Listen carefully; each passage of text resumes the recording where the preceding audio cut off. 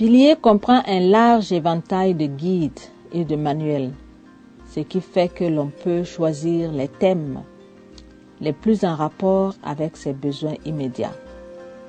Renforcer les capacités des groupes locaux ou mobiliser la communauté sont des pratiques pour commencer, surtout pour de nouveaux groupes.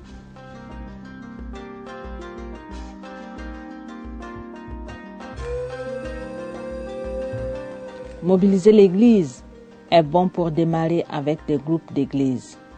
On peut ensuite choisir entre l'agriculture, la nutrition, l'hygiène, l'épargne et le crédit et les droits humains.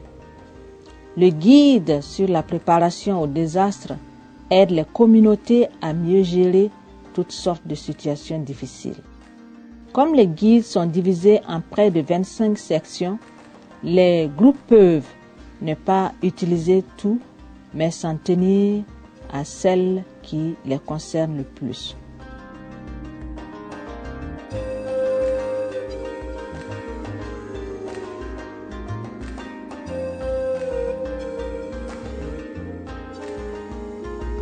Ils sont disponibles sur papier, sur CD-ROM et depuis le site internet TILS.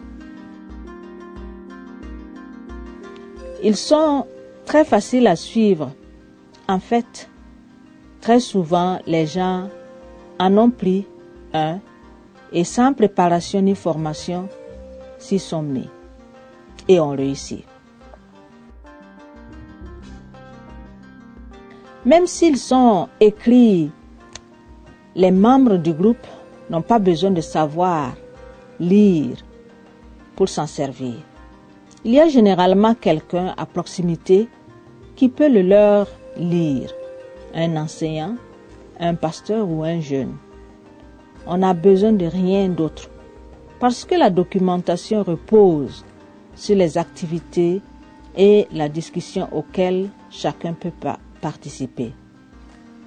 Il est important qu'il y ait une personne qui mène la discussion, mais elle n'a pas besoin de formation particulière. Ne vous laissez pas décourager parce que vous n'êtes pas expert en formation ni un enseignant. Ce serait dommage. Bien des groupes ont trouvé des gens qui avaient un don naturel pour mener la discussion et faire travailler tout le groupe. Ça n'a rien à voir avec la formation ni l'expertise. Vous aurez peut-être besoin de traduire la documentation dans votre langue locale, mais vérifiez d'abord. Une organisation a consciencieusement traduit un guide pour ensuite découvrir qu'une autre organisation l'avait déjà fait.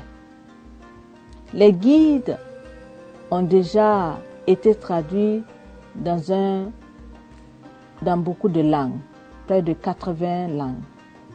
Nous avons cela sur le site internet TILS, une liste à jour de toutes celles dont nous avons connaissance.